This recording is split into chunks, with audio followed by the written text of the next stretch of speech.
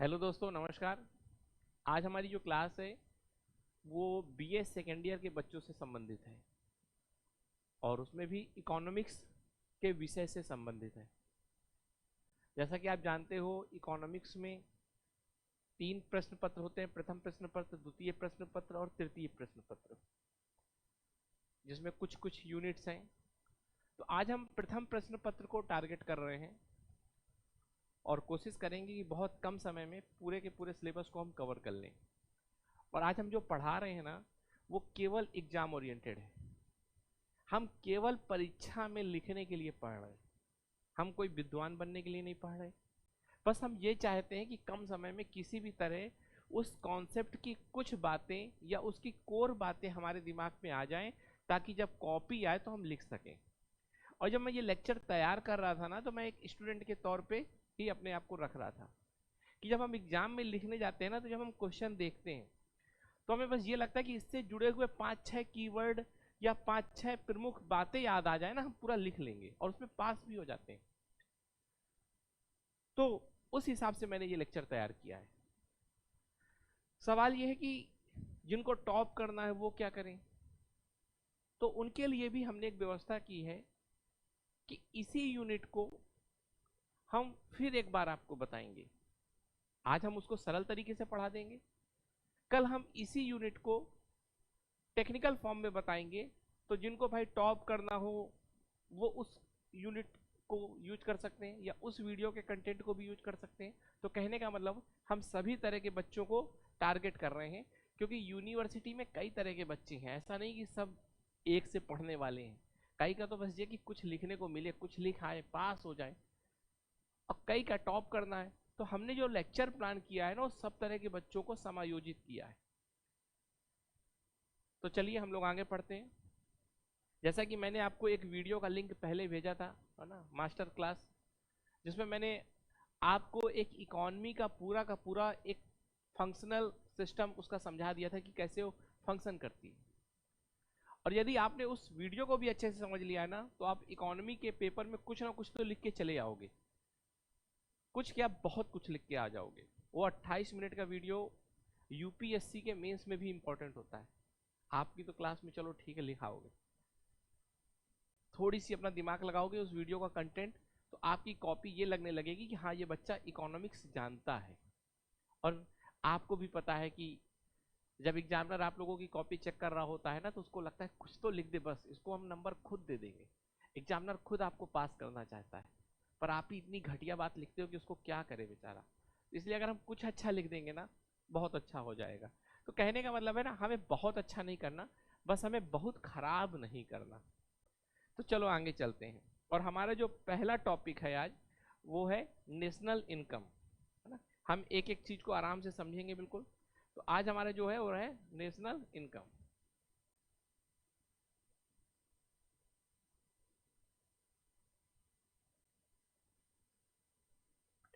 राष्ट्रीय आय।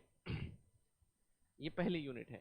इसमें हम पढ़ेंगे व्हाट इज नेशनल इनकम, ठीक है।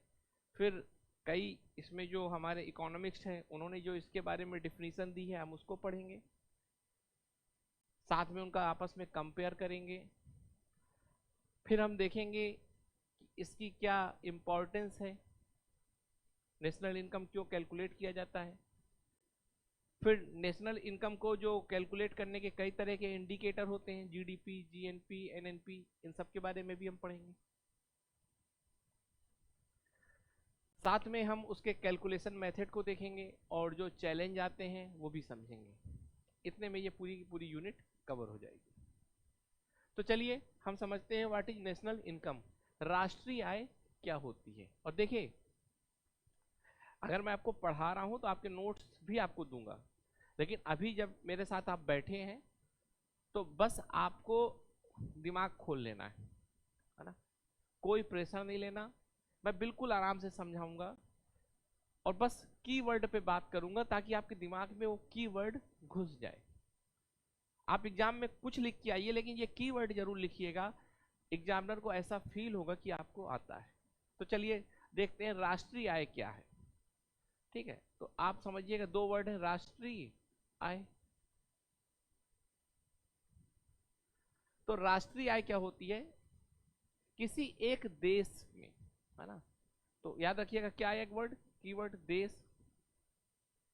किसी एक देश में एक निश्चित समय में, किसी एक देश में एक निश्चित समय में,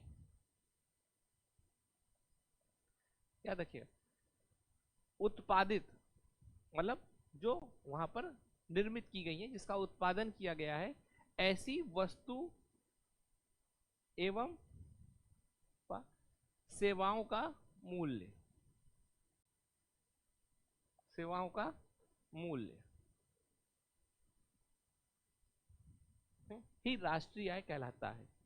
तो मतलब राष्ट्रीय आय का क्या मतलब है? जैसे मान लो एक भारत हमारा देश है, भारत की देश की जो सीमा है उसके अंदर, याद रखिएगा भारत देश की सीमा के अंदर एक निश्चित समय पे, मतलब 1 साल 2 साल, तो बेसिकली हम इसको 1 साल बोलते हैं, तो यहां पर लिख दीजिएगा एक वित्तीय वर्ष, ठीक है।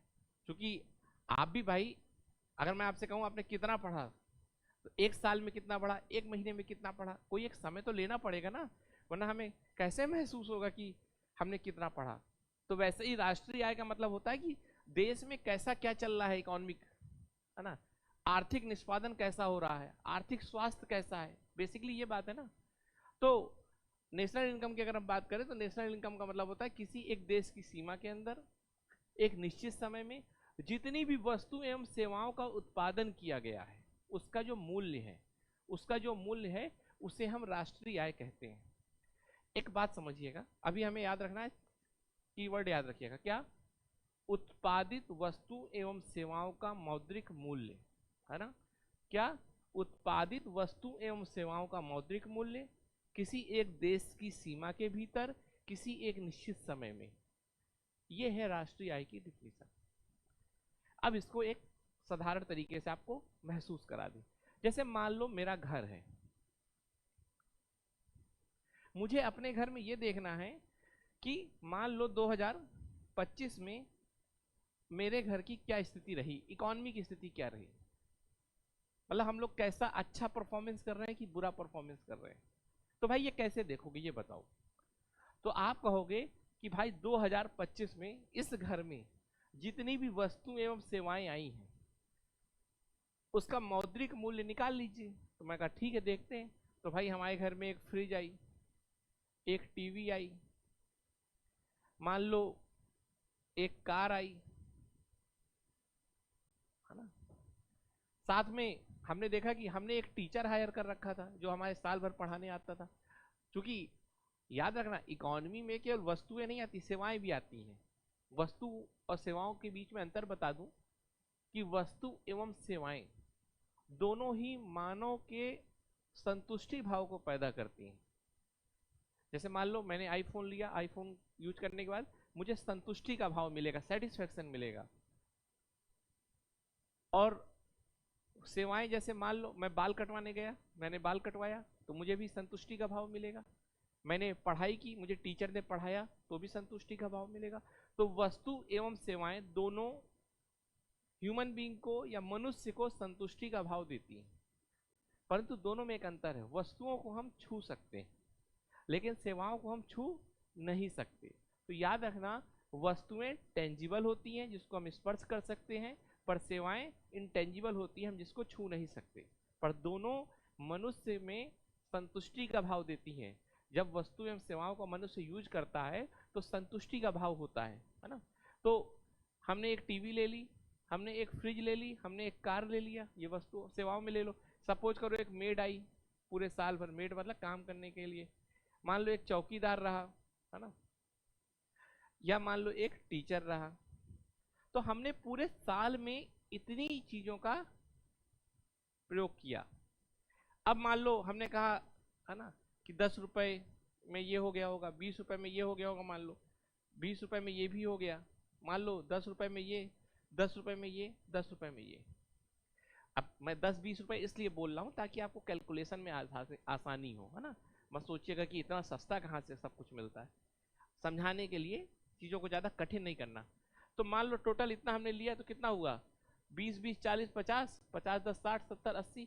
तो आप कहोगे टोटल 80 रुपए इस घर में 1 साल के भीतर है, तो इसको क्या बोलेंगे? उस घर की आय, याद रखिएगा, इसको बोलेंगे घरेलू आय। याद रखिएगा, 1 साल में ये हो गया।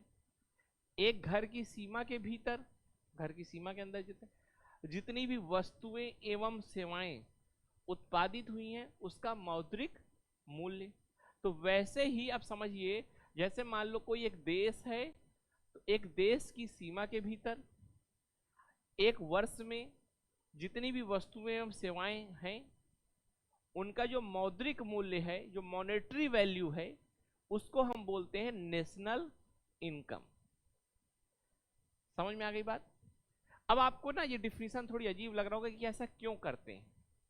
तो देखो, एक बात जान लो, हम सब अपने जीवन में बेहतर होना चाहते हैं। आप क्यों पढ़ रहे हो? बेहतर होने के लिए। इलाहाबाद यूनिवर्सिटी में आप क्यों आए हो? बेहतर होने के लिए। आपके घर वाले आपको क्यों पढ़ा रहे हैं? घर को बेहतर करने के लिए। तो हर देश का भी यह सपना होता है कि वो अपने आप को बेहतर करे। अब भाई, बेहतर करने की पहली शर्त क्या होती है?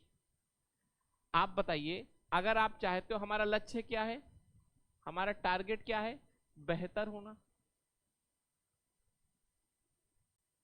बेहतर मतलब सुधार करना।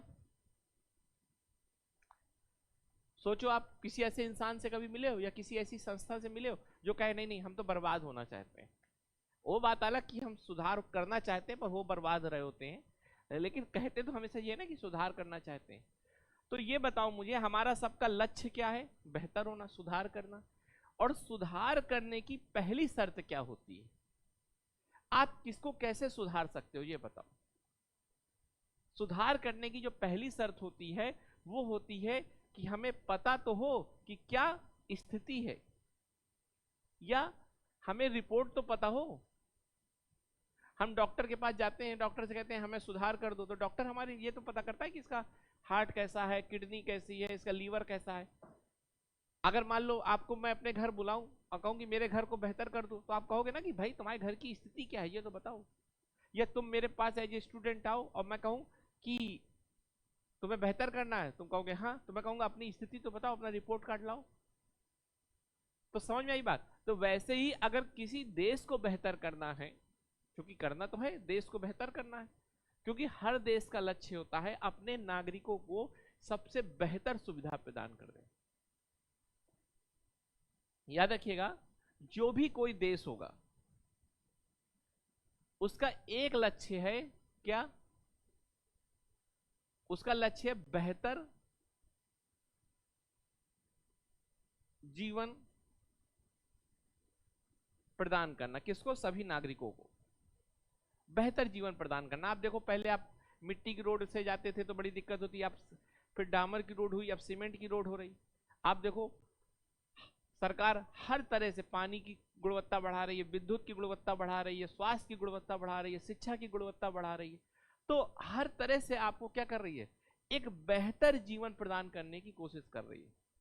क्योंकि हर देश का जो लक्ष्य होता है वो यही होता है कि अपने सिटीजन्स को, अपने नागरिक को सबसे बेहतर लाइफ दी जा सके। सेम वैसे ही जैसे हमारे घर के लोगों का उद्देश्य होता है, हमारे घर का भी उद्देश्य यह होता है कि अपने घर के सभी सदस्यों को एक बेहतर जीवन प्रदान करें।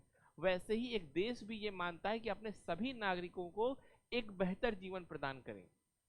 अब बेहतर जीवन प्रदान करने के लिए क्या होना चाहिए? देश में हमेशा सुधार होता रहना चाहिए। और देश में हमेशा सुधार कब होगा? जब देश की स्थिति के बारे में हमें पता चलेगा कि भाई कैसा है कोई देश, तभी तो आप सुधार कर पाओगे। तो इसी स्थिति का आकलन करने के लिए, इसी आर्थिक स्थिति का आकलन करने के लिए, चूंकि हमें सुधार कैसा करना है? आर्थिक। तो हमें कैसी स्थिति पता होनी चाहिए? आर्थिक। अब जैसे मान लो आपके मुझे स्वास्थ्य का सुधार करना है, अब मैं कहूँ अपने हाई स्कूल इंटर की मार्कशीट लेके आओ भाई, तो हाई स्कूल इंटर की मार्कशीट से आपका स्वास्थ्य का संबंध तो नहीं है ना। तो अगर स्वास्थ्य में सुधार करना है तो स्वास्थ्य की रिपोर्ट लाओ। अगर मान लो सपोज करो हमें एजुकेशनल रिफॉर्म करना है तो एजुकेशनल मार्कशीट लाओ। अगर हमें आपके अंदर पॉलिटिकल रिफॉर्म करना है तो पॉलिटिकल स्टेटस अपना बताओ आप। तो वैसे ही किसी देश में अगर सुधार करते रहना है लगातार, वो तो ऑब्वियस सी बात है, क्योंकि बेहतर जीवन प्रदान करने के लिए सुधार तो करना ही पड़ेगा। तो हमें आर्थिक स्थिति, और ये आर्थिक स्थिति जो हमें पता चलती है वो पता चलती है नेशनल इनकम से। अब सोचो कैसे। मान लो हमने कहा कि 80 रुपए 2025 से संबंधित है, मतलब 2025 में हमारी घरेलू आय 80 रुपए थी। मान लो बात करें 2026 की, 2026 में मान लो 2 टीवी आ जाए, 2 फ्रिज आ जाए, सब कुछ मान लो दुगना कर दो, तो टोटल कितना हो जाएगा? 160 रुपए। आप कहोगे इस साल तो हमारी राष्ट्रीय आय 160 रुपए है, अगर राष्ट्र के बारे में बात करेंगे, या मान लो घर के बारे में बात करेंगे तो आप कहोगे हमारे घर की आय तो 160 रुपए।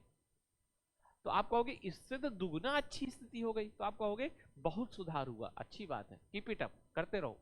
तो ऐसे ही हमारे देश में भी क्या होती है बात, जब हमारा देश जो होता है, हमें अपने देश को भी लगातार सुधारते रहना होगा, तो हमें राष्ट्रीय आय या नेशनल इनकम के बारे में पता करते रहना होगा।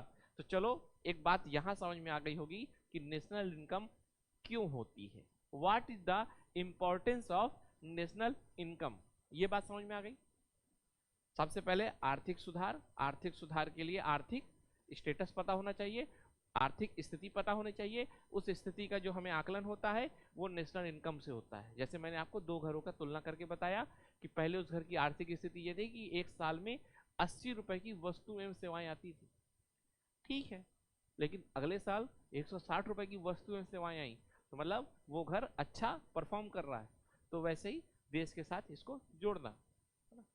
और आपको नोट्स जब मिलेंगे ना तो आप पढ़ना बहुत इजीली समझ में आ जाएगा, अब आपको रटना नहीं है। तो यहां तक बात समझ में आ गई, कोई दिक्कत किसी को? तो चलो ये हो गई नेशनल इनकम की डिफिनीशन। अब बात करते हैं कुछ जो प्रोफेसर हैं या जो इकोनॉमिस्ट हैं उनकी लैंग्वेज में, क्योंकि चूंकि आपको नंबर पाना है तो नाम तो लिखना ही पड़ेगा कुछ, वरना मैं तो कह रहा हूँ यही बहुत सरल तरीका है, लिख दो, पर चलो थोड़ी बहुत कोशिश कर लेते हैं। तो एक बहुत इंपॉर्टेंट शख्सियत है ना, उनका नाम है अल्फ्रेड मार्शल, ठीक है, अल्फ्रेड मार्शल। अब देखो मैं किसी स्पेलिंग को शॉर्ट्स में लिखूंगा, किसी को पूरा लिखूंगा, क्योंकि नोट्स तो मैं आपको भेजूंगा ही, और अभी हमारा केवल उद्देश्य है आपको अच्छे से समझाना। तो राष्ट्रीय आय का एक व्यवहारिक पक्ष तो आपको पता चल गया ना, तो अब उसी को हम कई इकोनॉमिस्ट की लैंग्वेज में समझते हैं। तो जो अल्फ्रेड मार्शल हैं वो कहते हैं कि भाई किसी देश में, है ना, देखो आप कीवर्ड समझना, किसी देश में जो लेबर है, लेबर मतलब श्रम, प्लस कैपिटल है जो मतलब पूंजी, है ना, 2 चीजें तो आपको पता होंगी ना किसी भी देश में, जो कैपिटल और लेबर होता है, ठीक। ये जब वहां के नेचुरल रिसोर्स से कनेक्ट करता है खुद को, किससे? नेचुरल रिसोर्स से कनेक्ट करता है, तो जो भी, अब मैं इसको समझाऊंगा, याद रखना, किसी भी देश का जो श्रम है और पूंजी है ना, इसको श्रम बोलते हैं, इसको पूंजी बोलते हैं।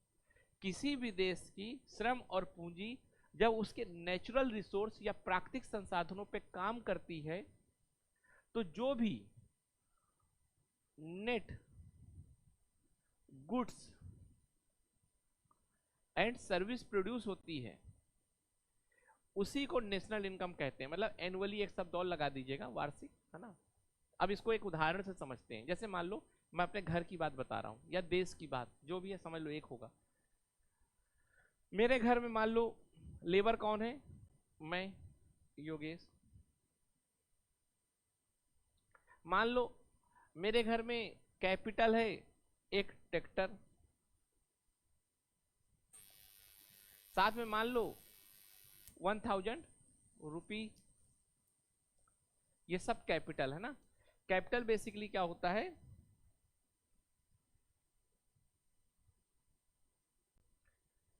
कैपिटल उसको कहते हैं जिससे आप कुछ जनरेट कर सको। जैसे मान लो ये पेन है, इस पेन को मैं लिख रहा हूं, इससे मेरी कमाई होगी, तो ये कैपिटल है। आप कैपिटल हो कि नहीं हो। अगर आप डॉक्टर, इंजीनियर, एक अच्छे एस्पिरेंट, मतलब एक अच्छा इनकम करना जनरेट करने लगो या इनकम जनरेट करने लगो तो आप कैपिटल हो जाओगे। और अगर आप इनकम नहीं जनरेट कर रहे लेकिन इनकम जनरेट करने की संभावना है तो आप रिसोर्स हो जाओगे। और संभावना भी नहीं है तो आप कूड़ा हो जाओगे। याद रखना, तीन चीजें होती हैं, मतलब वेस्ट हो गया एक प्रकार से, फिर रिसोर्स होता है उससे बेहतर, और रिसोर्स से बेहतर कैपिटल। इसीलिए हम कई बार सुनते होंगे ह्यूमन रिसोर्स। ह्यूमन रिसोर्स मतलब कौन है? जिससे फ्यूचर में संभावना है। जैसे मान लो प्लास्टिक है, उसमें संभावना है। या मान लो जमीन है, तो जमीन से संभावना है कि अभी कुछ उगा सकते हैं। तो जिससे भी हम कुछ इनकम जनरेट कर सकें उसको बोलते हैं उसको बोलते हैं रिसोर्स। जिससे भी हम कुछ जनरेट कर सकें उसे बोलते हैं रिसोर्स या संसाधन। और जब वो हम जनरेट करने लगते हैं तो वही चीज क्या बन जाता है? कैपिटल। जैसे मान लो लोहा, आयरन, वो आयरन है, अभी क्या है? रिसोर्स, क्योंकि फ्यूचर में इससे ट्रैक्टर बनाया जा सकता है और उससे हम इनकम जनरेट कर सकते हैं। तो ट्रैक्टर क्या हो जाएगा? कैपिटल हो जाएगा। तो जैसे मैं क्या हूं? इस समय कैपिटल हूं, लेकिन आज से 10 साल पहले मैं रिसोर्स था, क्योंकि मेरे अंदर संभावना थी, है ना। शायद घर वालों की नजर में मैं कूड़ा भी हो सकता हूँ, तो क्योंकि उन्हें लगे कुछ नहीं कर सकता। तो ऐसे ही, तो समझ में आ गई बात। तो एक तो श्रम हो गया, श्रम मतलब लेबर, योगेश, और एक ट्रैक्टर हो गया, और ये हो गया। अब रही बात नेचुरल रिसोर्स पे काम करें, तो मान लो मेरे घर में नेचुरल रिसोर्स क्या है? जमीन। नेचुरल रिसोर्स मतलब जो हमें नेचर ने दिया है। तो अब मैं और ये मिलके, है ना, इस पे काम करेंगे तो क्या जनरेट होगा? मान लो अनाज, है ना, मान लो सब्जी, ये हो गई वस्तुएं। सेवाएं भी कई तरह की जनरेट हो सकती हैं कि कुछ अच्छा मिलेगा तो मतलब हम होटल या कुछ खोल सकते हैं तो उसमें सेवाएं भी देंगे। तो कहने का मतलब क्या है? यही सब राष्ट्रीय आय है। क्या है? राष्ट्रीय आय, या ये सब किसी देश की इनकम है। तो याद रखना। और एक बात याद रखना, जो इन्होंने एक शब्द यूज किया है वो है शुद्ध। जैसे मैंने कहा नेट, तो कहने का मतलब ये ऐसा मानते हैं कि मान लो हमने इतना लगा के 1,000 रुपए का प्रोडक्शन किया, है ना। जैसे मान लो हमने 1,000 रुपए यहां पर जनरेट किए,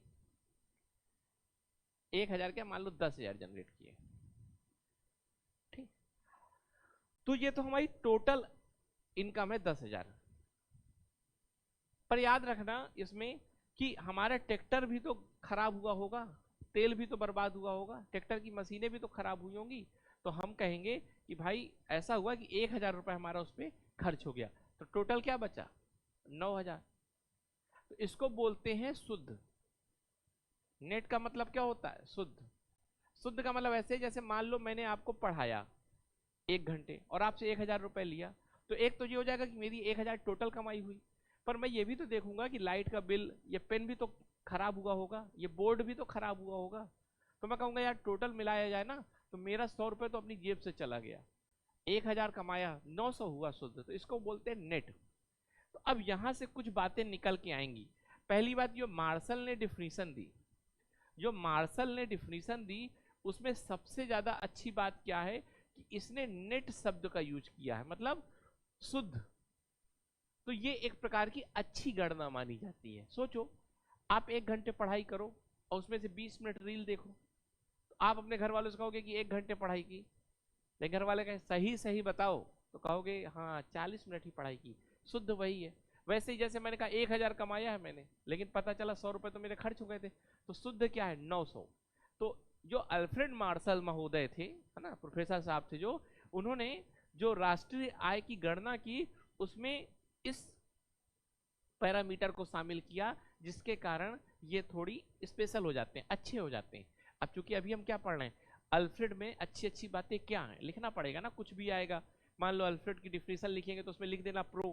प्रो मतलब सकारात्मक बात, कि इन्होंने क्या किया? शुद्ध आय पर ध्यान दिया। शुद्ध आय मतलब जो मूल्यह्रास है, जो डेप्रीसिएशन है, जो मूल्यह्रास है, जो डेप्रीसिएशन है, उसको हटा दिया। जैसे मैंने कहा था कि 1,000 रुपए अगर मैंने कमाए लेकिन मेरा 100 रुपए का उसमें अगर ये पेन खराब हो गया, बोर्ड खराब हो गया, तो एक प्रकार से ये क्या हो गया, डेप्रीसिएशन हो गया, मूल्यह्रास हो गया। तो आप कहोगे शुद्ध आय कितनी है, 900। तो शुद्ध आय का मतलब क्या होता है, अगर आपसे मैं बोलूं जो शुद्ध आय होती है ना, तो सकल आय माइनस मूल्य ह्रास। पता नहीं अपना रंग क्यों बदल रहा है पेन बार बार। ठीक है, तो इसको क्या कहते हैं, net income, gross income minus depreciation. तो जैसे मैंने कहा था मेरी ग्रॉस इनकम कितनी हुई, 1,000 रुपए की, माइनस डेप्रीसिएशन मतलब 100 रुपए का जो मेरा पेन वेन का मशीन का नुकसान हुआ, टोटल हो गया 900 रुपए। ठीक है, तो ये आपको नहीं कहीं लिखना, बस आपको समझना है। ठीक है, लिखना क्या है क्या नहीं ये तो आंसर राइटिंग में जब मैं इलाहाबाद आऊंगा ऑफलाइन क्लास लूंगा तब आपको समझाऊंगा। तो अल्फ्रेड मार्शल ने कहा कि जब हम किसी भी एक देश का, याद रखना, किसी भी एक देश का लेबर और कैपिटल, मतलब जो लेबर है और उसकी जेब में जो कैपिटल है, जो मशीनें हैं, वो जब किसी नेचुरल रिसोर्स पे काम करती हैं तो गुड्स एंड सर्विस जनरेट होती हैं। इसी गुड्स एंड सर्विस को जब हम नेट फॉर्म में कर लेते हैं और एक साल में कैलकुलेट कर लेते हैं तो उसी को राष्ट्रीय आय कहते हैं। बहुत इजी डिफिनेशन है। ठीक है, तो ये बात समझ में आ गई होगी। इसको जैसे अपने घर के संदर्भ में यूज करें, इन्होंने तो देश के संदर्भ में यूज किया, अगर घर के संदर्भ में यूज करें तो आप क्या कहोगे, एक घर की जो लेबर है मतलब माँ बाप, दादी दादा, चाचा चाची, और जो कैपिटल है, पता चला ट्रैक्टर होगा, कार होगी, है ना, ये दोनों मिलके जब घर के नेचुरल रिसोर्स पे काम करें। अब नेचुरल रिसोर्स क्या है, घर की जमीन होगी, हवा होगी, पानी होगा, ठीक है, उसके साथ जुड़ते हैं ना भाई, बिना हवा पानी और जमीन के, बिना नेचर के काम तो आप कर नहीं सकते हो। तो ये दोनों जब आपस में मिलेंगे तो कई तरह की गुड्स एंड सर्विस जनरेट होगी घर में। गुड्स मतलब अनाज होगा, सब्जी होगा, और कपड़ा भी बना सकते हैं, साथ में कई तरह की सर्विस भी जनरेट होंगी। मान लो कैब से छोड़ने गए, है ना, कुछ अच्छा एक्टिविटी की, इंटरटेन किया, जैसे एक दूसरे का मतलब मनोरंजन किया, वो भी सेवा है। तो इन दोनों को हम क्या करेंगे, जोड़ लेंगे, फिर उसमें से जो हमारा मूल्यह्रास है वो निकाल देंगे, और एक साल का हम इतना टोटल कैलकुलेट कर ले, उसी को हम नेशनल इनकम करेंगे। उम्मीद है कि आपको समझ में आ गया होगा, क्योंकि समय कम है इसलिए थोड़ी हमें जल्दी करना पड़ेगा। ठीक है, तो ये हो गया हमारा अल्फ्रेड मार्शल। तो अल्फ्रेड मार्शल ने सबसे अच्छी बात क्या की, जो उन्होंने दो चीजें हमेशा याद रखना अल्फ्रेड मार्शल की, कि पहली बार तो उन्होंने अपनी डिफिनीशन में वस्तु एवं सेवाओं दोनों को शामिल किया। हम लोग ना ऐसे समझते हैं कई बार इकोनॉमी में, केवल इकोनॉमी मतलब केवल गुड्स, इकोनॉमी मतलब केवल गुड्स मतलब वस्तुएं। हम पहले सेवाओं को इग्नोर कर देते थे, हमें लगता था सेवाएं क्या होती है, कुछ नहीं। लेकिन आज की डेट में देखोगे तो गुड्स से ज्यादा इंपॉर्टेंट सेवाएं होती हैं। सेवाओं का मतलब समझ रहे हो ना, मैंने बताया था आपको, जैसे एजुकेशन, हेल्थ। अब आप बताओ कि आपके जीवन में किसका ज्यादा रोल है, गुड्स का कि सेवाओं का। मैं जानता हूं कि गुड्स का भी है, सेवाओं का भी है, पर सोचना कि सेवाओं का ज्यादा रोल होता है। तो जीवन की गुणवत्ता को बेहतर बनाने में सेवाओं का बहुत बड़ा रोल होता है। और हम इकोनॉमी पढ़ते क्यों है, जीवन को बेहतर ही बनाने के लिए। तो क्या जीवन को बेहतर बनाने के लिए मात्र गुड्स का जरूरत है, नहीं, सेवाओं की भी जरूरत है। और इस बात को अल्फ्रेड मार्शल ने समझा। तो अल्फ्रेड मार्शल की प्रशंसा की जाती है भैया, कि उन्होंने गुड्स को भी और सेवाओं को, दोनों को राष्ट्रीय आय का हिस्सा बनाया। सोचो, अगर हम केवल गुड्स को राष्ट्रीय सेवाओं में शामिल कर, राष्ट्रीय आय में शामिल करते, हम कहते हैं केवल गुड्स पे फोकस करो, तो ये बताओ कोई सेवा का उत्पादन करता, ध्यान ही ना देता, क्योंकि वो कैलकुलेट ही नहीं होता। अरे भाई मान लो अगर ग्रेजुएशन की मार्कशीट में इकोनॉमिक्स के नंबर ही ना जोड़े जाए तो आप पढ़ोगे क्या, इग्नोर कर दोगे ना। तो वैसे ही अगर देश की आय में गुड्स बस को शामिल किया जाता तो सारा फोकस गुड्स में रहता, तो सर्विस का कोई ध्यान ही ना देता। तो सोचो शिक्षा, स्वास्थ्य को हम कितना इग्नोर करके चलते। वैसे जैसे इकोनॉमिक्स के नंबर अगर शामिल ना हो तो आप इकोनॉमिक्स पे ध्यान नहीं दोगे। तो इस तरह से आपने इस बात को समझा कि कैसे जो अल्फ्रेड मार्शल महोदय हैं उन्होंने राष्ट्रीय आय की डिफिनेशन को, ठीक है, बताया। तो ये बात आपको समझ में आ गई, ये हमने उसकी सकारात्मक बात कर ली। अब एक साहस मतलब एक और महान है, इनका नाम है एसी पिगू, है ना, एसी पिगू। ये भी एक साइंटिस्ट है, मतलब इकोनॉमी से रिलेटेड साइंटिस्ट है, ठीक है। और इन्होंने क्या कहा कि जो राष्ट्रीय आय है वो कैसी है, तो कहा कि देखो भाई, एक कम्युनिटी में जो भी इनकम हुई हो, जैसे मान लो एक कम्युनिटी है ना, पहले इसको मैं एक उदाहरण से बता दूं कि मान लो मेरे घर में जितनी इनकम हुई, मेरी मम्मी, मेरे पापा, मेरे ब्रदर, मेरे सिस्टर ने जितना कमाया वो सब जोड़ लो, मान लो 500 रुपये कमाया, है ना भाई, इतना ही, हम लोग गरीब लोग हैं, कम कमाते हैं, इतना कमाया मान लो, है ना। साथ में जो बाहर से इनकम आई हो उसको भी जोड़ लो। तो जैसे बाहर से इनकम जो मतलब फॉरेन इनकम, मान लो मेरा एक भाई बाहर रहता था, उसने कमा के भेजा, या मान लो बाहर से किसी ने बुआ हुआ ने दे दिया, तो 100 रुपए और ऐड कर दो, तो टोटल क्या हो गया, 600 रुपए। तो पीगू जी कहते हैं कि एक कम्युनिटी द्वारा, एक समुदाय द्वारा जो वस्तुनिष्ठ आय होती है उसमें किसको जोड़ लो, जो विदेशों से अर्जित आय है उसको जोड़ लो, और जो कुल आय होगी उसको मुद्रा के आधार पर नापना, और उसको राष्ट्रीय आय कहते हैं। तो राष्ट्रीय आय क्या है, एक समुदाय की वस्तुनिष्ठ आय जिसे मुद्रा में मापा जा सके, प्लस विदेशों से अर्जित आय। याद रखना, मान लो मम्मी पापा भाई बहन ने 500 रुपए का उत्पादन किया, है ना, तो चूंकि इन्होंने जो सर्विस प्रदान की हमने उसको रुपए में पहले कैलकुलेट किया। कई बार ऐसा होता है ना कि कुछ चीजों की हम रुपए में वैल्यू नहीं कर सकते। जैसे मान लो पापा ने भाई को रगड़ा मारा खूब, मम्मी ने उसे समझाया प्यार से, तो जो मम्मी ने सर्विस प्रदान की मेरे भाई को, प्रेम से समझाया कि बेटा ठीक है अगली बार से नहीं करेंगे, है ना, या मान लो बचा लिया, तो एक प्रकार से ये सर्विस है, पर इसकी कोई वैल्यू नहीं आप कैलकुलेट कर सकते, इसको शामिल नहीं करेंगे। लेकिन मान लो मम्मी ने रोटी बनाई, रोटी की वैल्यू कैलकुलेट की जा सकती है। मान लो मम्मी ने सिस्टर को 1 घंटे पढ़ाया, उसकी वैल्यू कैलकुलेट की जा सकती है। तो याद रखना, समुदाय द्वारा उसी चीज को हम इसमें जोड़ेंगे जिसको हम वैल्यू में नाप सके, किसमें, मनी में। अब भारत में मनी मतलब रुपए होता है, तो रुपए में काउंट कर सके, सबको नहीं जोड़ेंगे।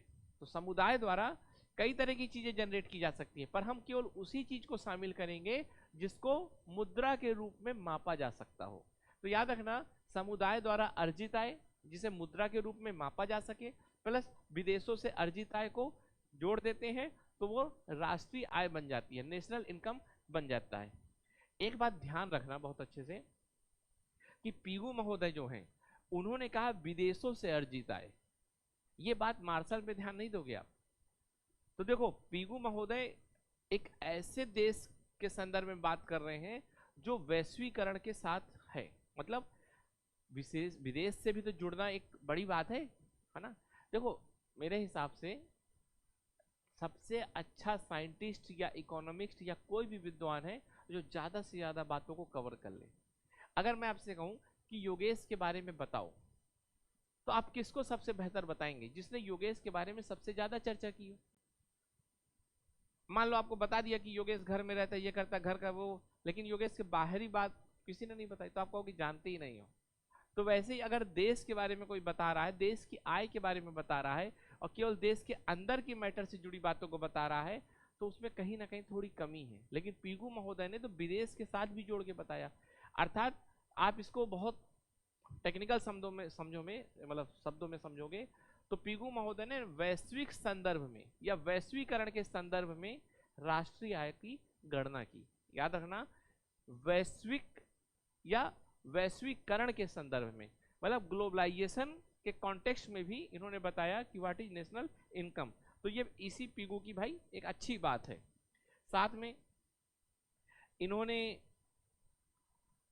मुद्रा का बात ध्यान दिया, मतलब कहा कि जिस चीज को आप वैल्यू कर सको बस उसको शामिल करना है ना, मतलब मनी कहने का मतलब जिसको आप वैल्यू कर सको। क्योंकि भारत में अगर हम बात करते हैं तो रुपए की बात करेंगे, तो ऐसा नहीं कि सबको शामिल कर लो। देखो अभी आप लोगों का एग्जाम है इसलिए अब थोड़ी कम शब्दों में चीजें समझा रहे हैं, लेकिन अगर आपको कोई चीज भी दिक्कत हो, कुछ भी पूछना हो, तो आप मुझे कॉल कर सकते हो। ठीक है, इस नंबर पे आप मुझे मैसेज कर सकते हो।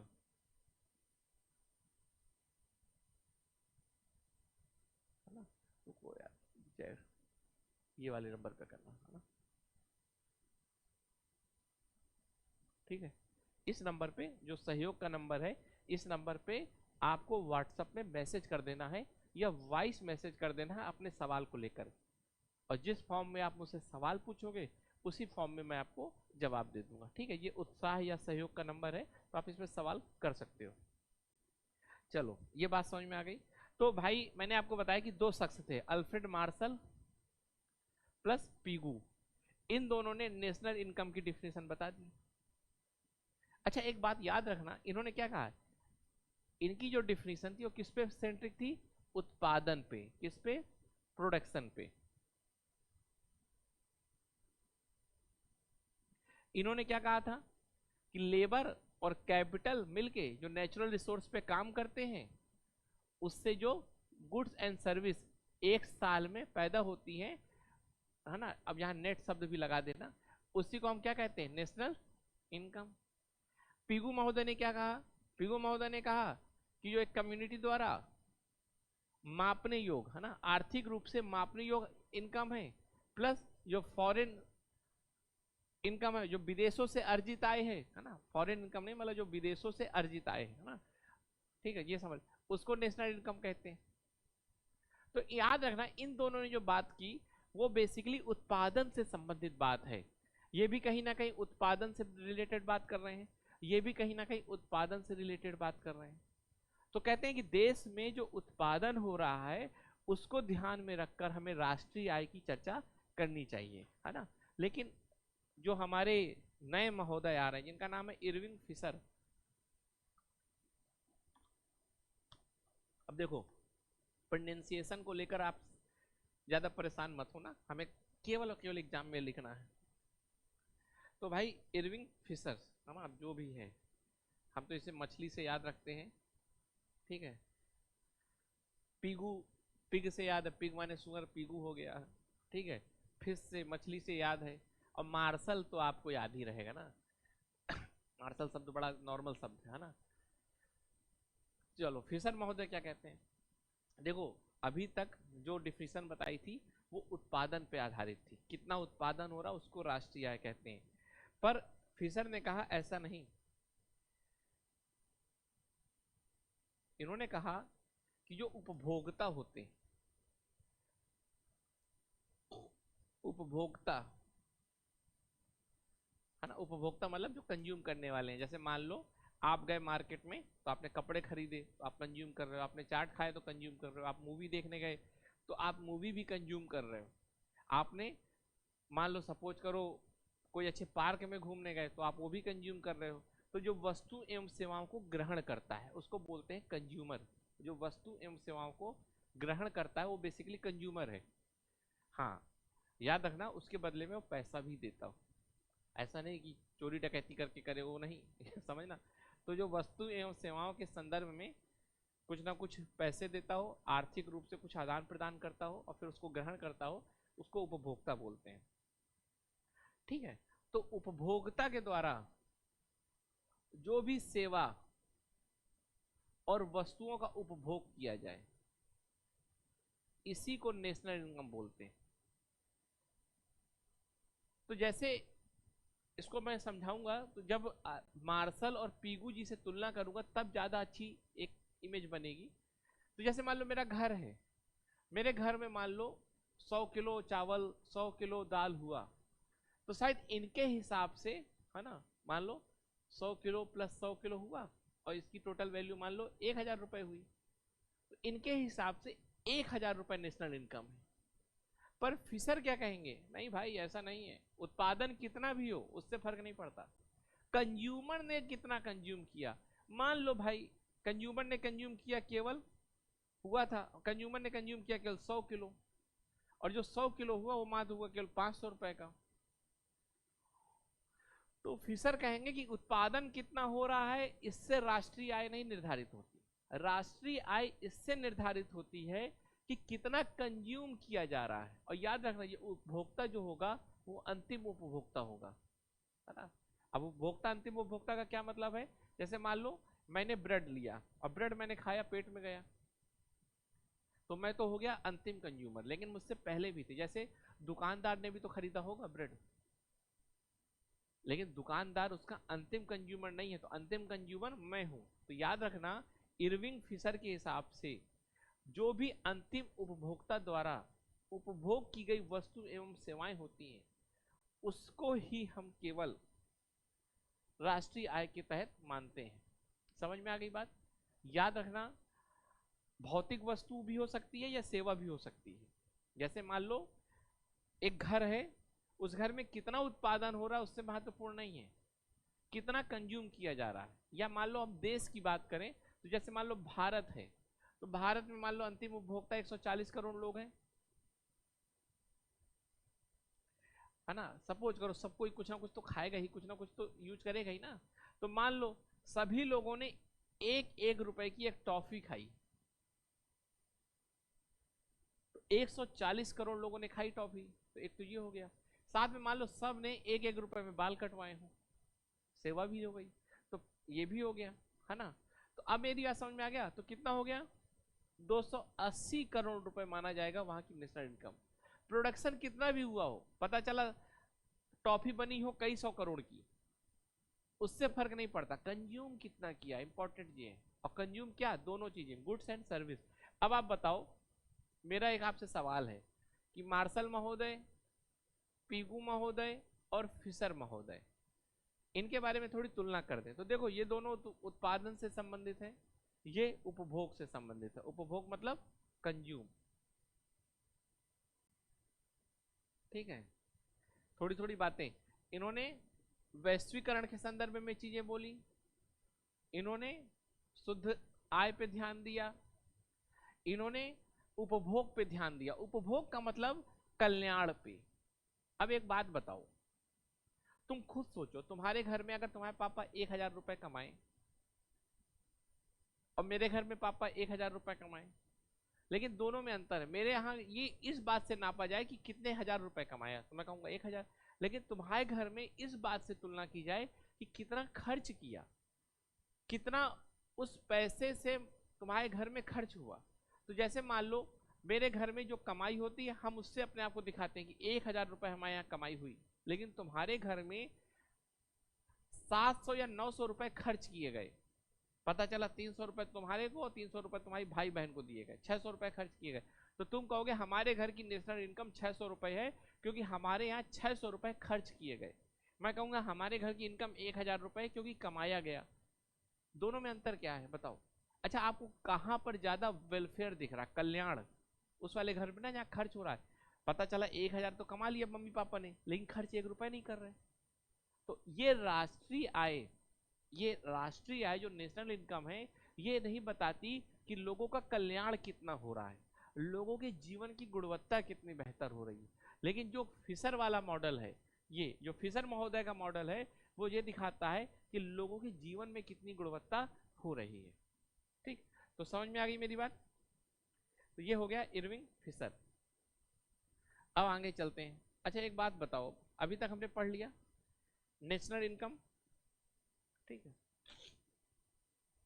हमने पढ़ा नेशनल इनकम, राष्ट्रीय आय, प्लस हमने 3 तरीके से पढ़ा, मार्शल, पीगू और फिशर। याद रखना मैंने सारे जो इंपॉर्टेंट कॉन्सेप्ट है वो बताए। थोड़ी बहुत जो इधर उधर कॉन्सेप्ट है वो आपने भी पढ़े होंगे, वरना आपको नोट्स में भेज दूंगा, वो पढ़ लेना। तो अब नेशनल इनकम की तो बात हो गई, है ना। और एक मैं आपको हर चीज बताता जा रहा हूँ घरेलू इनकम से, मतलब डोमेस्टिक इनकम। ये इसलिए बता रहा हूँ कि आपको महसूस हो, क्योंकि आपकी हमेशा आदत रही है कि आपने चीजों को महसूस नहीं किया, तो आपको महसूस हो इसलिए मैं बता रहा हूँ। ठीक, अच्छा एक बात बताओ, जैसे मान लो नेशनल इनकम है, ठीक है, अभी छोड़ दो, अभी डोमेस्टिक इनकम है। तो एक तो हम कह सकते हैं कि पूरे घर को लेकर कैलकुलेट कर लें, है ना। फिर हम ये कह सकते हैं घर में पुरुष ने कितना कमाया, महिला ने कितना कमाया, इन दोनों को भी अलग अलग जोड़ो। या ये भी हो सकता है कि कितना कमाया, कितना हमको फ्री में मिला। अरे भाई जैसे मान लो आपके मार्कशीट होती है, तो आपके मार्कशीट में ये भी हो सकता है ना कि इंटरनल में कितने नंबर, एक्सटर्नल में कितने नंबर है, अलग अलग बताओ भाई, दोनों को आपस में जोड़ दो, टोटल नंबर आ जाएगा, इस सब्जेक्ट में कितना, उस सब्जेक्ट में आया। तो कहने का मतलब अगर हमें आपकी आर्थिक स्थिति समझनी है तो एक तो हम आपका टोटल नंबर देख सकते हैं, पर टोटल नंबर से ज्यादा हमें यह देखना पड़ेगा कि अलग अलग करके भी देखना पड़ेगा। तो हम कहेंगे टोटल एक्सटर्नल किसके नंबर बताओ, टोटल इंटरनल के बताओ। पता चला एक्सटर्नल में तो आपका बहुत अच्छा हो लेकिन इंटरनल में खराब हो, तो हम क्या कहेंगे, इंटरनल में काम करना है तुम्हें। पता चला आपका इकोनॉमिक्स में नंबर बहुत अच्छा है लेकिन मान लो चला फिलॉसफी में खराब है, ठीक। या कई तरीके से हम देखेंगे ना जब स्टेटस को, तब चीजें पता चलती हैं। समझ में आ रही बात कि नहीं आ रही? तो वैसे ही जो नेशनल इनकम होता है वो तो एक ब्रॉडर कॉन्सेप्ट है, एक कॉम्प्रिहेंसिव कॉन्सेप्ट है, जो पूरी की पूरी अर्थव्यवस्था के एक बाह्य या एक कहिए कि उसके कॉम्प्रिहेंसिव स्वरूप को बताता है। समझ में आ रही बात? लेकिन जब उसके अंदर हमें देखना हो तो हमें बहुत सारे इंडिकेटर यूज करने पड़ते हैं। अभी धीरे धीरे आपको समझ में आ जाएगा। और वो इंडिकेटर होते हैं जीडीपी, ठीक, फिर जीएनपी, हम यहां पढ़ेंगे एनडीपी, यहां हम पढ़ेंगे एनएनपी, फिर एक हम पढ़ेंगे पर्सनल इनकम, हम एक और शब्द पढ़ेंगे नेशनल इनकम। ठीक है, इतने शब्द हम समझ लेंगे तो हमें चीजें पता चल जाएंगी। तो चलो एक एक चीज हम समझते हैं। सबसे पहले हम समझते हैं जीडीपी, है ना, सकल घरेलू उत्पाद। क्योंकि समय कम है इसलिए हम हिंदी में भी शॉर्ट फॉर्म में लिखेंगे घरेलू उत्पाद। देखो ये सबसे बड़ी डिफिनेशन है राष्ट्रीय आय की एक प्रकार से। जैसे मैंने कहा आपके मार्कशीट है तो टोटल इनकम जो है वो बताओ। मैंने आपको एक क्या कहा, आपकी जो मार्कशीट होगी उससे आपका पूरा का पूरा एजुकेशनल स्टेटस पता चलेगा। लेकिन हम अगर और सुधार करना चाहते हैं तो हम ये देखेंगे एक्सटर्नल में कितने हैं, इंटरनल में कितने हैं। एक्सटर्नल में भी हम शायद सब्जेक्ट वाइज बांट दें, इंटरनल में भी हम सब्जेक्ट वाइज बांट दें, लेकिन सबसे बड़ी डिफिनेशन तो यही है ना, टोटल मार्क्स। क्या टोटल मार्क्स बताओ भाई। तो वैसे ही जो जीडीपी है वो सबसे कॉम्प्रिहेंसिव कॉन्सेप्ट है और सबसे इंपॉर्टेंट। तो चलो इसको बोलते हैं सकल घरेलू उत्पाद, ठीक, याद रखिएगा सकल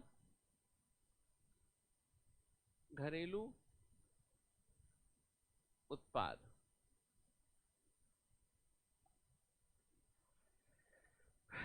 अब इसको इतना समझ लो कि घरेलू का क्या मतलब है। घरेलू का मतलब है किसी देश की सीमा के भीतर, किसी देश की सीमा के भीतर।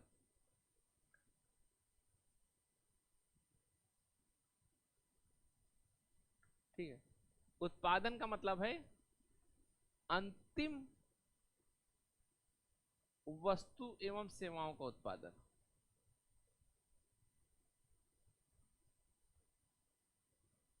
समझना मेरा। सकल मैंने आपको क्या बताया था, सकल का मतलब होता है, याद करो अभी थोड़ी देर पहले बताया था कि कुल। अभी हम मतलब इसमें मूल्यह्रास नहीं निकालेंगे, समझना। जैसे मैंने कहा था 1000 हमारी इनकम हुई और सकल थी, जब हमने उससे मूल्यह्रास से निकाल दिया था तो वो नेट हो गया था। अभी आपको बताऊंगा। तो सकल का, सकल घरेलू उत्पाद का क्या मतलब होता है, किसी देश की सीमा के भीतर। अब आप कहोगे देश की सीमा के भीतर, तो मतलब अगर हम भारत के सकल घरेलू उत्पाद की बात कर रहे हैं, इंडिया के जीडीपी की बात कर रहे हैं, तो इंडिया की सीमा के अंदर, ऑब्वियस सी बात है बाहर के लोगों को थोड़ी शामिल करेंगे। अब हमें इंडिया की क्षमता देखना है ना। अब मैं कहूंगा आपकी बीमारी पता करना, आपका शरीर का स्वास्थ्य पता करना है, तो दूसरे का किडनी लीवर थोड़ी देखूंगा, आप ही का देखूंगा ना। तो वैसे ही किसी देश की सीमा के भीतर जो अंतिम वस्तु एवं सेवाओं का कुल मौद्रिक मूल्य होता है, कुल मौद्रिक मूल्य होता है, ठीक है, उसी को हम जीडीपी कहते हैं। बस एक शब्द और जोड़ लेना, एक साल। ठीक, एक साल मतलब एक वित्तीय वर्ष। तो क्या हो जाएगा, किसी देश की सीमा के भीतर एक साल या एक निश्चित समय में उत्पन्न होने वाली अंतिम वस्तु एवं सेवाओं के कुल मौद्रिक मूल्य को जीडीपी कहते हैं। अब एक उदाहरण समझो, ज्यादा क्लियर हो जाएगा। जैसे मान लो भारत है, ठीक है, जैसे मान लो भारत में 2025 में हमें जीडीपी की बात करनी है, तो हम ये देख लेंगे कि अब मान लो एक कार हुआ प्रोड्यूस, अब मान लो हमने महाकुंभ का आयोजन कराया, वो भी एक क्या है, सर्विस ही तो है, तो चलो महाकुंभ लिख लेते हैं। अब एक बात समझना, याद रखिएगा हम दोनों का वैल्यू कैलकुलेट करेंगे, तो पता चला कार हो गई 100 रुपए की, अब मान लो महाकुंभ हुआ 1000 रुपए में टोटल, तो कहने का मतलब टोटल 1100 रुपए भारत में एक साल के अंदर जीडीपी कहलाएगा। क्यों? क्योंकि भारत की सीमा के भीतर ये है और ये है, साथ में एक साल में, और अंतिम वस्तु एवं सेवाओं का मौद्रिक मूल्य, मौद्रिक मूल्य हो गया, और अंतिम। अब आपके मन में कई सारे सवाल आ रहे होंगे, तो उसको एक एक जवाब हम दे देते हैं। पहला शब्द आ रहा होगा कि ये अंतिम शब्द आप बार बार क्यों जोड़ रहे हैं?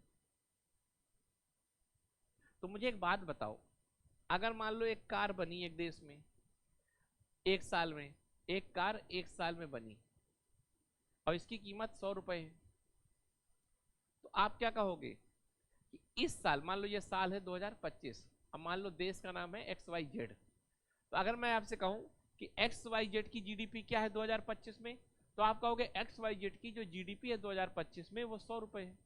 बिल्कुल सही है। तो 100 रुपए मतलब एक कार बनी थी, लेकिन सोचो अगर आप, कार हो गई अंतिम वस्तु, लेकिन कार को बनाने में प्लास्टिक भी लगा होगा, रबर भी लगा होगा, लोहा भी लगा होगा। मान लो प्लास्टिक 50 रुपए का था, मतलब मान लो 33 रुपए का, लोहा मान लो 33 रुपए का, और मान लो रबड़ 33 रुपए की, ये आपस में मिलके कार बनाए, कार हो गई 100 रुपए की। अब एक बात बताओ, अगर हमें XYZ की 2025 में जीडीपी पता करना है, तो हम कार का रेट लिख दें 100 रुपए, हो जाएगी। लेकिन अगर हम अंतिम शब्द यूज ना करते, हमने क्या कहा था, अंतिम वस्तु एवं सेवाएं, मध्यवर्ती नहीं, क्योंकि जब कार बना होगा तो ये भी बना होगा सब, पर ये मध्यवर्ती है, और अगर हम इनको भी शामिल कर लें तो क्या हो जाएगा ये बताओ, 99 रुपए तो यहां हो गया, प्लस टोटल 100 रुपए का हो गया, तो 199 रुपए ना आएगा। लेकिन आप ये बताओ, वास्तव में ये गलत आंकड़ा नहीं है, ये गलत आंकड़ा नहीं है, क्योंकि 100 रुपए में ऑलरेडी ये सब शामिल है, और सही स्थिति कब पता चलेगी, इसमें जब अंतिम शामिल करेंगे, ना कि इसमें। सोचो आप अपने घर में, इसको दिमाग लगा के देखो कि आपने अपने घर में एक उत्पादन किया, आप पता चला कि 33 रुपए का ये लेके आए, कार बनाई और टोटल 100 रुपए की कार बनी, तो आपके घर वाले ने पूछा कितना कमाया, कहोगे 100 रुपए। एक इंसान तो ये बोलेगा, क्यों? क्योंकि उसे पता है कि कार के अंदर सभी ये रेट शामिल हो चुका है। लेकिन मान लो आपका कोई छोटा भाई बहन है, वो कहेगी नहीं नहीं, हमने तो 200 रुपए 199 कमाया है। क्यों? कहे क्यों? कहा 33 रुपए का मतलब प्लास्टिक लाए थे, 33 रुपए का रबड़ लाए, 33 रुपए का लोहा लाए, तो 99 रुपए तो ये भी तो हमारी जेब का है, ये भी तो हमने बनाया है, और साथ में हमने 100 रुपए की कार भी बनाई है। तो कहेंगे वाह, एक साथ दोनों को क्या कर दिया, ओवरलैप। ओवरलैप मतलब 100 रुपए में ही ये सब है, लेकिन हमने 2 बार जोड़ दिया, और 2 बार जोड़ोगे पता चला आपने पढ़ा 1 घंटा है ना। कहने का मतलब कि आपने पढ़ा 30 मिनट मान लो साइंस, और 30 मिनट मान लो आपने पढ़ा मैथ, और आप कहोगे कि मम्मी मैंने 1 घंटा तो टोटल पढ़ा, और 30 मिनट साइंस भी पढ़ी, और 30 मिनट मैंने मैथ भी पढ़ा, तो इस तरह तो मेरी 2 घंटे पढ़ाई हो गई। तो ये सही बात है क्या? ये तो आप मूर्ख बना रहे हो, और इसमें सुधार तो होगा नहीं। तो सही आंकड़े से ही सुधार होता है, और सही आंकड़ा कब आएगा? जब किसी देश की सीमा के भीतर अंतिम वस्तु एवं सेवाओं के मौद्रिक मूल्य को 1 साल के भीतर समझना। ठीक है, तो यहां तक बात समझ में आ गई आपको जीडीपी। ठीक है, अब आप कहोगे देश की सीमा के भीतर क्या कह रहे हो बार बार। तो देखो याद रखना, जैसे मान लो ये मेरा घर है और मेरे घर में मेरे मम्मी पापा भाई बहन मतलब ये सब कमा रहे हैं, और मान लो बुआ भी है, ठीक है, मौसी भी है ना, ऐसा ना कहना कि बाद में मौसी नहीं शामिल, बुआ है ना, दोनों है। तो मेरे घर में ये सब उत्पादन कर रहे हैं, तो मेरे घर में कहोगे आप कि भाई 100 रुपए का उत्पादन हुआ। तो इससे ये बताओ क्या मेरे घर की क्षमता पता चल रही है कि मेरे घर में आर्थिक गतिविधियां कैसे होती हैं। आप कहोगे बिल्कुल पता चल रही है। याद रखना, मौसी और बुआ बाहर के लोग हैं, मेरे घर के लोग नहीं हैं, लेकिन इनको भी हम शामिल करेंगे। क्यों? क्योंकि मौसी और जो बुआ काम कर रही हो कर तो मेरे घर के ही अंदर रही है ना, ये जो उत्पादन कर रही है उसमें मेरे घर का ही रोल है ना। समझ में आ रही बात? तो कहने का मतलब हम इसको शामिल करेंगे। तो आपसे अगर एक बात मैं पूछूं कि जो जीडीपी है, जो जीडीपी है उससे क्या पता चलता है? किसी देश के नागरिकों की आर्थिक स्थिति, देश के नागरिकों की आर्थिक स्थिति कि देश की आर्थिक स्थिति? देश की आर्थिक स्थिति। बताओ भाई क्या पता चलता है? उदाहरण के तौर पे यहां देखो कि अगर मान लो मैं इससे पता करूं कि इतने लोगों ने 100 रुपए उत्पादन किया है, और जबकि देखो इसमें मौसी और बुआ दोनों शामिल हैं, तो ये मेरे देश की आर्थिक स्थिति को बताएगा। अगर मुझे अपने देश के लोगों की आर्थिक स्थिति का पता करना है तो मुझे इनको बाहर निकालना पड़ेगा, इनको बाहर निकालना पड़ेगा। समझ में आ रही बात? अभी मैं आगे बताऊंगा, लेकिन एक बात सोचो, जब मैंने बताया कि जो मौसी हैं और जो बुआ हैं ये काम कर रहे हैं, तो देश की आर्थिक स्थिति तो इससे पता चल रही है, लेकिन देश के लोगों की नहीं। ठीक, यहां समझ लेना, थोड़ी कॉम्प्लिकेटेड होगा तो मुझसे पूछ लेना, मैं आपको बता दूंगा। तो यहां तक बात समझ में आ गई। अब एक बात समझो, हमने देखा जीडीपी, तो हमने आपको जीडीपी क्या बताया? हमने आपको बताया जीडीपी का क्या होता है, किसी भी देश की सीमा के भीतर, याद रखना एक एक कीवर्ड। फिर दूसरा क्या बताया था हमने आपको? अंतिम वस्तु एवं सेवाओं का मौद्रिक मूल्य ही क्या कहलाता है? जीडीपी कहलाता है। तो ये आपको बात याद रखनी है, ठीक है। तो चलो यहां तक हमने समझा जीडीपी। अब एक समझो एक और लाइन आगे, जैसे मान लो एक घर है, एक मतलब एक देश है, उसने 2024 में एक कार बनाई, बस एक कार, और 2025 में भी उसने एक कार बनाई। ठीक है, ये सीन है। अब आपसे पूछा जाए कि इस देश की 2024 में क्या जीडीपी है ना, अभी हम सेवाओं को शामिल नहीं कर रहे, केवल वस्तु को शामिल कर रहे हैं। तो आप कहोगे कि इस कार की जो मौद्रिक मूल्य है वही है, मान लो कार 100 रुपए की है, तो आप कहोगे ठीक। अब मान लो आप यहाँ कहोगे कि ये कार 200 रुपए की है, मान लो महंगाई हो गई, यहाँ से यहाँ आने में महंगाई बढ़ गई 100%, तो पहले आप कहोगे उस देश की जीडीपी 100 रुपए थी, अब उस देश की जीडीपी 200 रुपए हो गई। अब आपसे मैं ये बात फिर पूछ रहा हूं कि आपसे मैंने कहा कि 2024 में मान लो ये देश है एक्स, तो अगर मान लो आपसे मैं पूछूं 2024 में एक देश है एक्स, उसकी जीडीपी कितनी है, आप कहोगे 100 रुपए। क्यों? क्योंकि मैंने आपको क्या था, देश की सीमा के भीतर जो भी वस्तु अंतिम है, मतलब अंतिम वस्तु का उत्पादन हुआ, उसका जो मौद्रिक मूल्य है वही जीडीपी है। अब याद रखना, ये देश की सीमा के भीतर बनाए कोई भी, इसको बना तो विदेशी कंपनी भी सकती है, पर हमें उससे फर्क नहीं पड़ता, वो चाहे बुआ के द्वारा कमाई हो रही हो, चाहे मौसी के द्वारा, चाहे पापा के द्वारा, चाहे मम्मी के द्वारा, देश के अंदर हो रही है, तो भाई हमारे देश की क्षमता बढ़ रही है। वैसे ही ये कोई भी कंपनी हो, उससे फर्क नहीं पड़ता, देश के अंदर काम हो रहा है ना, बस। तो आप कहोगे 100 रुपए इनकम हुई, 2025 में बात करते हैं, कहोगे 200। अच्छा मुझे एक बात बताओ, जीडीपी में परिवर्तन हुआ कि नहीं हुआ? आप कहोगे 100 रुपए थी अब तो 200 हो गई। कहोगे हाँ परिवर्तन तो हुआ। अच्छा ये बताओ, ये परिवर्तन वास्तविक है, रियल है? जैसे मैं एक उदाहरण के तौर पे आपको बताऊं कि जैसे मान लो मैं खड़ा हूं अभी, मेरी हाइट 80 किलो है, हाइट कह रहा हूं सॉरी, मेरा वजन 80 किलो है, और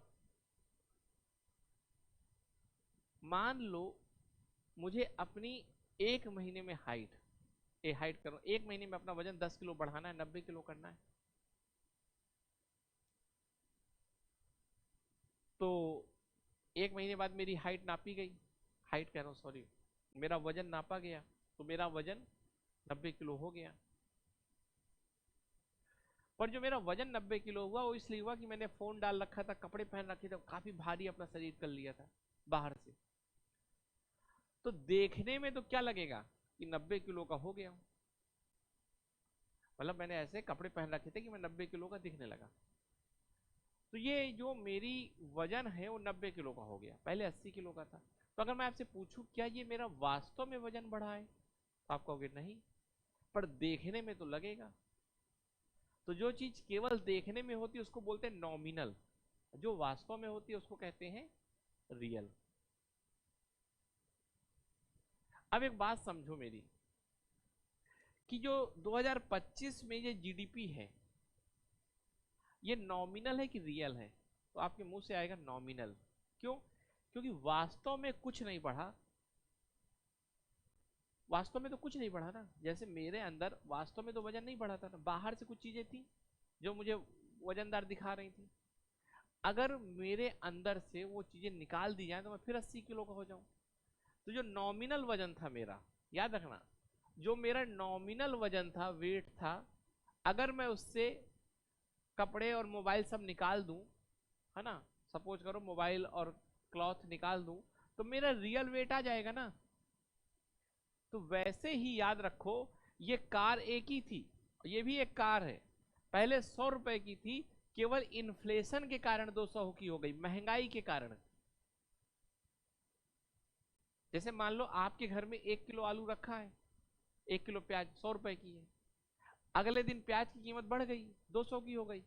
तो ये थोड़ी कहा जाएगा कि प्याज बढ़ गया, प्याज की जो कीमत थी वो बढ़ गई थी, इसके कारण 200 का हो गया। तो अगर हमें इस 200 को वास्तव में फिर सही लाना तो क्या करना पड़ेगा? इन्फ्लेशन या महंगाई हटा दें, जो बाहरी प्रभाव था वो हटाया, इधर हमने उदाहरण के तौर पे समझाने को। वैसे ही जीडीपी में जो ये प्रभाव आया है, 100 से 200 हुआ है, वो किसी उत्पादन के कारण नहीं हुआ, वो हुआ है केवल महंगाई के कारण, मुद्रास्फीति के कारण।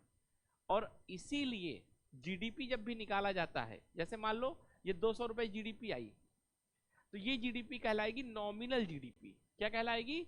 Nominal GDP. याद रखना आज के बाद अगर आपसे मैं पूछूं व्हाट इज नॉमिनल जीडीपी, तो आप कहोगे जो इन्फ्लेशन के साथ जुड़ी होती है, अर्थात जिसमें इन्फ्लेशन का प्रभाव होता है।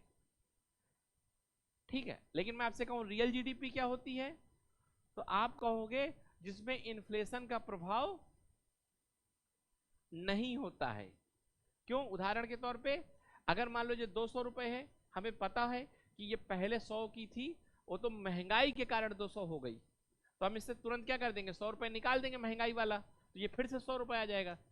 या मान लो सपोज करो, आप ऐसा ना बोलो, ऐसा बोलो कि 80 रुपए महंगाई बढ़ी, तो हम बोल देंगे ठीक है 120 अब वास्तव कीमत है। जैसे आपके घर में प्याज रखी थी, पहले 1 किलो 100 रुपए की थी, अगले दिन भी वो 200 की हो गई। आप कहोगे 100 रुपए तो केवल महंगाई बढ़ी है ना, तो 200 में 100 घटाओ, तो वास्तव में ये आज भी 100 ही रुपए की है।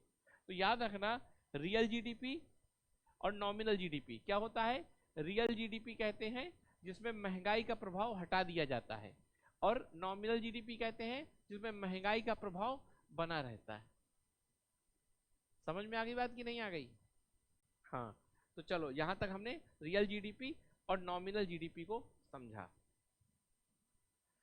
अब एक और देखिए बात, है ना, एक होता है जैसे मान लो एक कार है,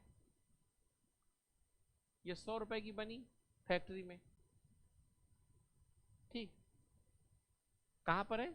फैक्ट्री में।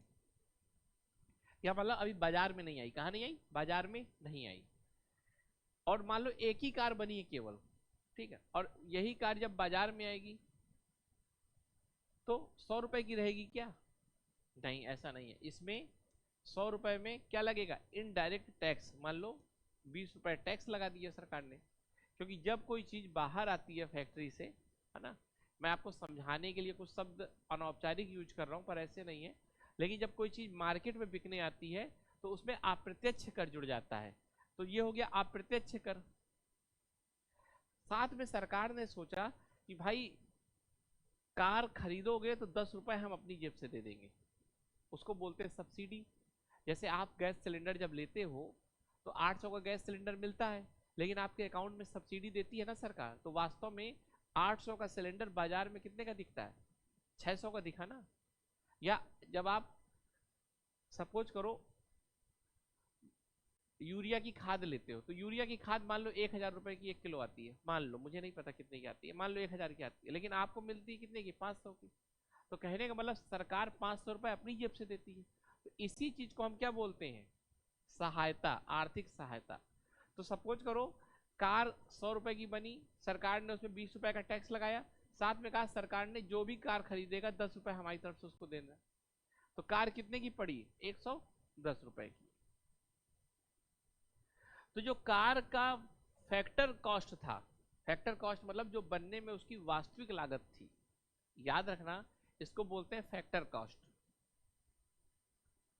फैक्टर कॉस्ट मतलब जो उसके बनने में वास्तविक लागत थी वो, ठीक है। इसको बनने में जो लेबर चार्ज लगा होगा, इसको बनने में जो रेंट दिया होगा भाई जिस फैक्ट्री में बना होगा, ठीक है, याद रखो क्या क्या दिया होगा। देखो इस कार को बनने में मान लो वेज जो मजदूरों ने काम किया होगा, रेंट जिस फैक्ट्री में ये बनी होगी, प्लस जिसने बनाया होगा उसने पैसा भी तो कुछ उधार लिया होगा, तो इंटरेस्ट, प्लस जो बना रहा होगा वो रिस्क भी लेगा तो प्रॉफिट भी अपना ऐड करेगा। तो मान लो प्रॉफिट, तो 25 रुपए वेज दिया होगा, 25 रुपए रेंट हुआ होगा, मान लो 25 रुपए इंटरेस्ट, 25 रुपए प्रॉफिट, तो टोटल इस कार की कीमत कितनी हो गई? 100 रुपए हो गई, ठीक। और ये जो है फैक्टर कॉस्ट है, लेकिन बाजार में इस कीमत में नहीं मिलेगी, क्योंकि बाजार में दो चीजें और होती है, इनडायरेक्ट टैक्स और सब्सिडी। तो बाजार में आपको मिलेगी 110 रुपए की। अब एक बात समझो, आज के बाद किसी भी चीज को दो कॉस्ट होती है, एक होती है उसकी मार्केट कॉस्ट और एक होती है उसकी फैक्टर कॉस्ट। याद रखना, मार्केट कॉस्ट से फैक्टर कॉस्ट निकालना हो तो इनडायरेक्ट टैक्स जोड़ देना और सब्सिडी घटा देना। उदाहरण के तौर पे मैं आपको एक उदाहरण बताऊं, जैसे मान लो कोई एक कार 100 रुपए की बनी, उस कार में इनडायरेक्ट टैक्स लगाया 10 रुपए का, और मान लो सरकार ने उसमें सहायता दी 20 रुपए की, है ना, तो क्या हो जाएगा टोटल? ये 90 रुपए की कार पड़ेगी। तो याद रखना कार का जो फैक्टर कॉस्ट था वो 100 रुपए था, लेकिन जो मार्केट कॉस्ट है वो 90 रुपए है। तो अगर मैं आपसे पूछूं कि मार्केट कॉस्ट से हमें फैक्टर कॉस्ट निकालना हो तो क्या करना होगा, तो फैक्टर कॉस्ट निकालने में हमें इनडायरेक्ट टैक्स जोड़ देना है, सब्सिडी घटा देना है। लेकिन अगर मान लो फैक्टर कॉस्ट दिया हो किसी चीज का, मान लो किसी चीज का फैक्टर कॉस्ट दिया है और उससे हमें मार्केट कॉस्ट निकालना हो तो क्या करेंगे हम? फैक्टर कॉस्ट से अगर मार्केट कॉस्ट निकालना हो तो उसमें इनडायरेक्ट टैक्स घटा देंगे और सब्सिडी जोड़ देंगे, ठीक है। मैथ का सिंपल सा फॉर्मूला है, ये याद कर लेना। आप इसको भी लिख दोगे ना और इसको यहां ले जाओगे तो ये माइनस हो जाएगा, ये यहां चला जाएगा तो प्लस हो जाएगा, यही किया है बस, ठीक। तो इस तरह से इसको आप समझो कैसे है। तो जैसे मान लो जीडीपी है किसी देश की, मान लो एक कार ही बनी थी, 100 रुपए जीडीपी है, तो भाई ये बताओ ये कार जो थी ये 100 रुपए उसकी लागत है, अगर ये लागत 100 रुपए उसकी फैक्टर कॉस्ट वाली लागत है तो हम बोलेंगे जीडीपी एट फैक्टर कॉस्ट। अगर ये लागत उसकी, क्योंकि मैंने अभी आपको बताया एक कार की कीमत 100 रुपए है, लेकिन ये नहीं बताया कि ये फैक्टर कॉस्ट है कि मार्केट कॉस्ट है। अगर मान लो ये मार्केट कॉस्ट है तो इसको क्या कहेंगे? GDP at the rate market price या कॉस्ट। अब आपसे मैं कहूं अगर कि एक कार बनी उसका प्राइस 100 रुपए है, ठीक है, और ये कैसी है, ये फैक्ट्री कॉस्ट है, मतलब फैक्ट्री नहीं, फैक्टर कॉस्ट है। तो जीडीपी मार्केट प्राइस निकाल के निकालो तो क्या होगा, तो आप कहोगे जीडीपी मार्केट प्राइस बराबर जीडीपी फैक्टर कॉस्ट फिर plus indirect tax minus subsidy, यही करोगे ना। तो पता चला जीडीपी फैक्टर कॉस्ट कितना था हमारा 100 रुपए, मान लो इनडायरेक्ट टैक्स 10 रुपए सपोज करो, माइनस सब्सिडी 20 रुपए, तो टोटल क्या हो जाएगा 90 रुपए। तो आप कहोगे जीडीपी मार्केट प्राइस कितना हुआ 90 रुपए। यहां तक बात समझ में आ गई। तो इस तरह से इस चीज को आपको समझना है। तो हमने आपको बताया रियल जीडीपी क्या होती है, नॉमिनल जीडीपी क्या होती है। तो अगर आपसे कभी सवाल आ जाए कि जीडीपी के बारे में चर्चा करो, तो आप जीडीपी तो लिखोगे ही लिखोगे, पर ये सब चीजें बता देना, तो एग्जामिनर को लगेगा हाँ इसने पढ़ा तो है। एक आप पढ़ा दोगे जीडीपी रियल, जीडीपी नॉमिनल, फिर आप बता दोगे जीडीपी फैक्टर कॉस्ट, एक आप बता दोगे जीडीपी मार्केट प्राइस। तो भाई पेज तो भर जाएगा ना, और दिखने भी लगेगा फॉर्मूला और तो आप लोगों को भी खुशी मिलेगी, ठीक है। तो चलो अब हमने देखा जीडीपी, और इस तरह से इस चीज को हमने समझने की कोशिश की। अब आपको एक काम करना है, इस वीडियो को देख लोगे आप, अभी इसमें बहुत सारे और भी कॉन्सेप्ट हैं, आपको ना इस वीडियो का फीडबैक देना है, और तभी मैं आपको नेक्स्ट वीडियो अवेलेबल कराऊंगा, ताकि मैं समझ सकूं कि आपकी क्या डिमांड है। Thank you.